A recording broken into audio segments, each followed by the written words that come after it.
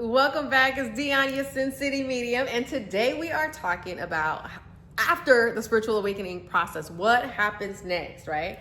I've had a lot of clients come to me recently and they've been through their spiritual awakening and then they feel as if they hit a plateau, right? Not sure what's supposed to happen next. What are they supposed to do with all these newfound gifts and all these things they've learned about themselves more recently, right?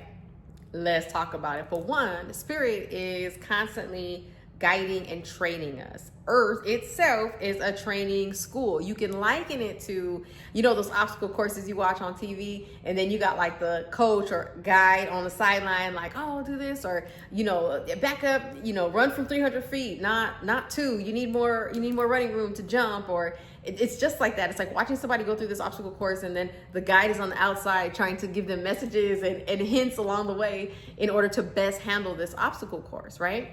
That's exactly what happens after the fact. So a lot of times I can say, okay, for myself, right? One, a mediumship or something, I was like, not me. You ain't catching me talking to nothing but what's in the flesh, right? I did not want to do mediumship at all. But when it was time, it was time. And Spirit gonna train you through things in divine order and divine timing. So what happened with me was I remember not doing that. But then as I was scrolling through things, I would constantly always come across videos or someone talking about mediumship or their experiences with mediumship.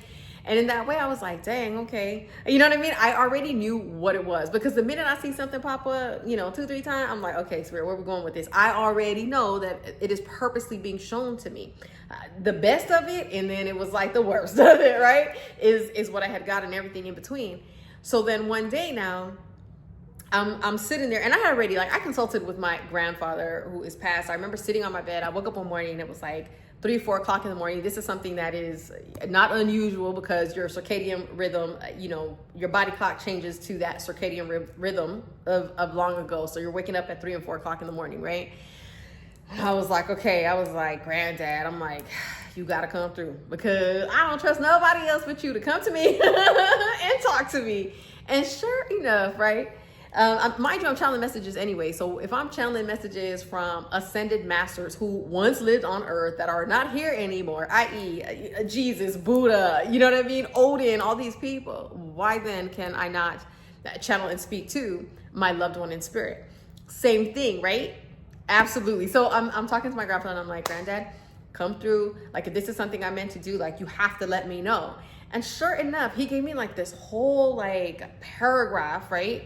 About hey, you're built for this, encouraging me and all these things. I said, now give me something else, because I got to go back and tell my daddy. I got to go back and tell my daddy that it was you. And I need some facts, right? That I wouldn't know in order, to confirm this with him.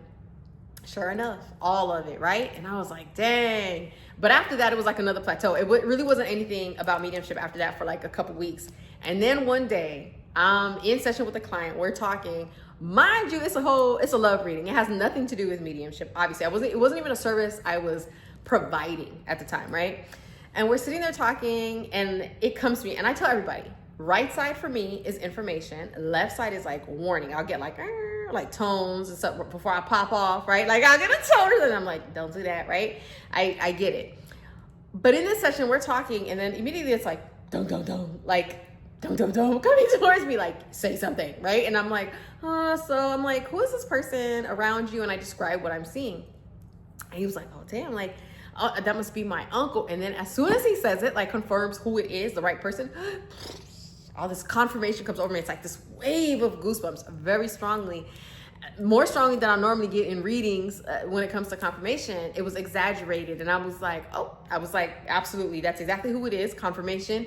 And then I kind of just kept giving him what I was getting, how this person passed, all these things, and the messages, and it was back and forth again, the confirmation. And just like that, Spirit has guided me and walked me through in divine timing when they felt I was ready through mediumship. And that is how I started doing this, right? Offering that service and stuff. So then let's talk about when you run across people and they're saying things like, oh, well, yeah, my guides, I just felt the need, my guides told me to put, obsidian over my doors. Listen, that is memory. You hear me? That is memory. That is something they are giving you an energetic nudge to do in turn so that they can invoke some sort of memory within your soul. This is something you likely did in a past life long ago, right? And for me, same thing, the sitting above my doors, sitting on the corners of my home, right? This means that that person likely at some point in their life held, a container, a sacred container, right? Utilizing crystals, and did some sort of like healing work back in the day in another life.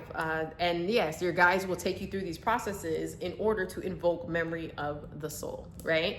It's such a beautiful thing because Spirit will literally guide and train you. Just like I said, you are co-creators, right? As far as language and what certain colors or visions represent for you personally, so that when you're doing a reading for yourself or even for someone else, as they show you these things, it provides context to what you're providing that person, or the message that you're receiving, the download that you're receiving from them. So just know that, right? After the spiritual awakening, there's so much more of a journey even after that, if you stay committed and devoted to tapping in, holding space, right? That those moments of isolation are so sacred because that is your time to connect to your higher self, your guides, the ascended masters, everybody. So it's important to take those moments of isolation and not view them as something negative. View them as like, okay, time to tap in, classes in session, right? And give it a good 30, 45 minutes, hour, whatever you're able to dedicate. And I promise you, they will continue to show you more and more about yourself, right? Because you're right, not everybody's meant to, go read tarot on TikTok or, be providing a specific service like that to other people. Sometimes you're meant to have and acknowledge these abilities to awaken the soul. That way you're better able to, as you're communicating with other people, plant the seed for them as well, right? This is about all of us awakening, as Earth herself in this moment in time is going through this huge spiritual awakening, right? I love you guys. Let me know if you have any other questions about what happens after the fact, right? As you continue on this spiritual journey. I got you. Also, don't forget to join us on TikTok live, 11 a.m. Pacific Standard Time, and in our Discord where we do giveaways, yes, nos, collective messages, all the things. I love you guys. Can't wait to see you there.